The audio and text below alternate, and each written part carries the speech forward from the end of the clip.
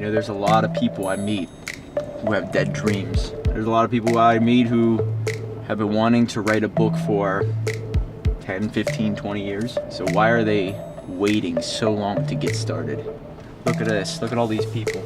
All these people had incredible stories. Statistics show that less than 2% of people ever put their book out into the world. Why do people hold on to these stories and these dreams as if it's just their own? It's insane. People are so caught up in worrying what other people think, they forget that they're gonna be in these caskets someday. Dream Starters Publishing helps you get your story out into the world. I'm sick of seeing people with regret, and regret is the only thing that I'm afraid of, because if I go to the grave with a dream or with something that I wanted to do, then I would consider myself a failure. So all these people out here, and it sounds pretty morbid to look at the cemetery, but I look at places like this as a reminder that it's gonna end soon. Someday, somehow, it's all going to end. And if you don't do what you want to do and say what you mean and put yourself out there to be judged, you're gonna regret it. And you're gonna go here, people will forget about you. Last thing you want to do is be forgotten, right? Get whatever's on your list off your list, because time is of the essence.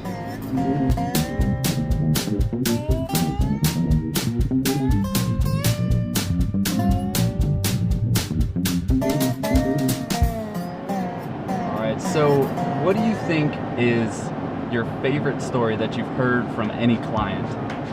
I would probably say Nick Santanastasso's story about cutting off his arm. I mean, it sounds crazy, but Nick Santanastasso is a motivational speaker. His book, Victim to Victor, he's been overseas speaking to thousands and thousands of people.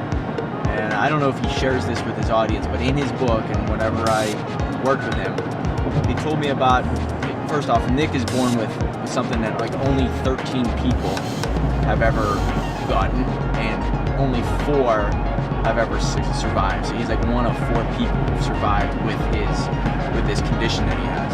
And so Nick does not have any legs, and he was born with with half of an arm on one arm. And growing up, he couldn't do certain things like wrestle and live a normal life. And having that was like hurting him, because it was basically skin on bone. And anytime he would touch his arm, it would hurt.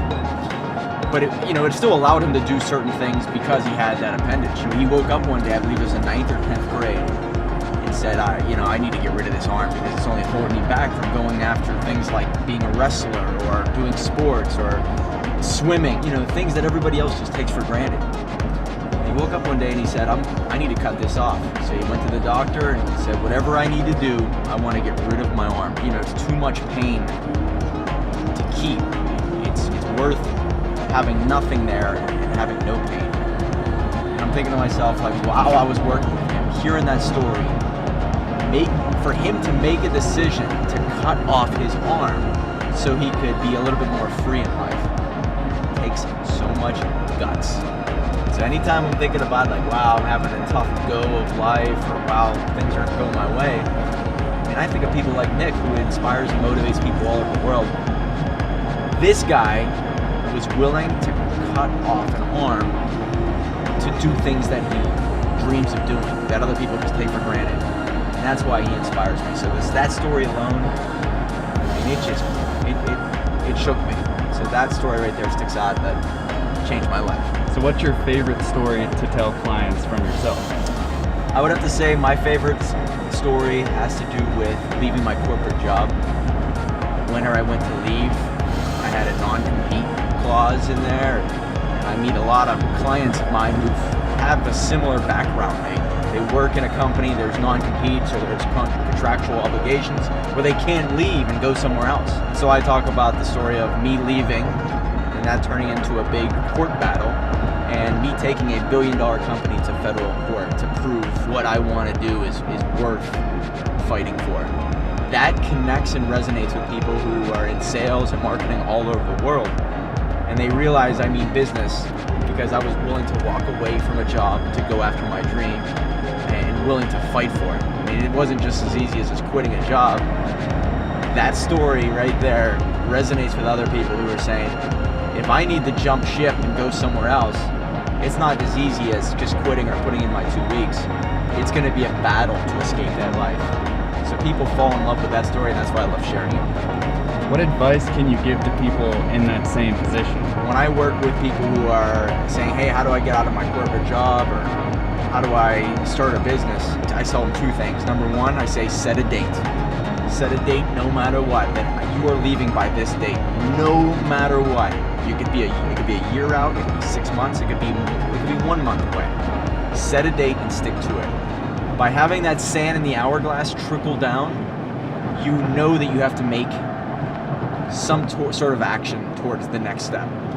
And then the other part is reverse engineer where you're going in life and start to become the expert in that. So if you are in sales and marketing in one aspect of a company and you're trying to start your own business, do whatever you need to do to get around other people, get into another company. Maybe you don't just go from corporate job to having your own business. Maybe you go from corporate job to something else, but it's more of a field that you want to become the expert at. So set a date and then take actionable steps, reverse engineer where you're going, and follow the breadcrumbs to get there. It could be taking another role with less pay, but you learn what you need to learn to start your own business.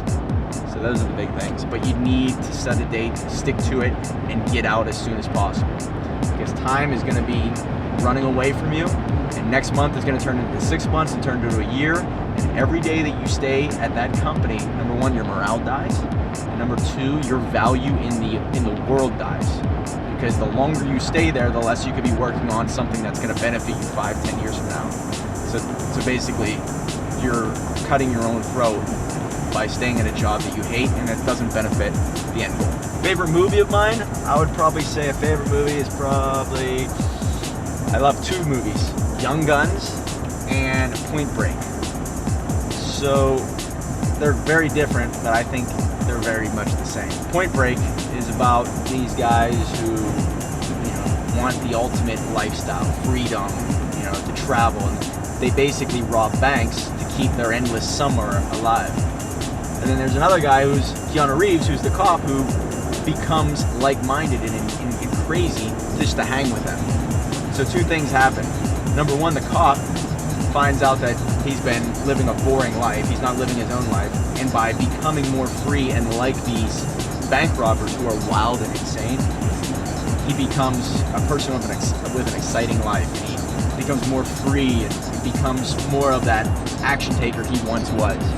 And then the bank robbers, they live this ultimate lifestyle, which gets them into a lot of trouble. They have a psychology that I kind of really, really love, and I think a lot of other entrepreneurs love, and that's, fear causes hesitation, and hesitation causes your worst fears to come true. And so whether you're doing crazy stuff or starting a business or whatever, if you have fear, it's going to hold you back.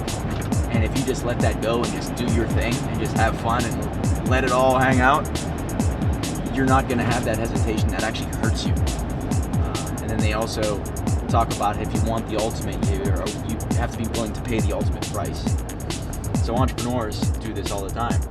You want the ultimate lifestyle. You want the cars. You want the freedom. You want the date, the models or whatever. These people have to be willing to pay the ultimate price of failure, rejection, and looking like a complete idiot to people. So and then starting over and over and over with nothing. The other movie is Young Guns, which is about Billy the Kid, and I love true stories, hence the documentary we put together.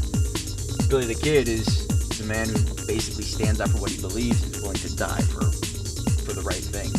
So there's the corporate greed against these small-time ranchers and cowboys. And what happens is the corporate greed hurts his boss.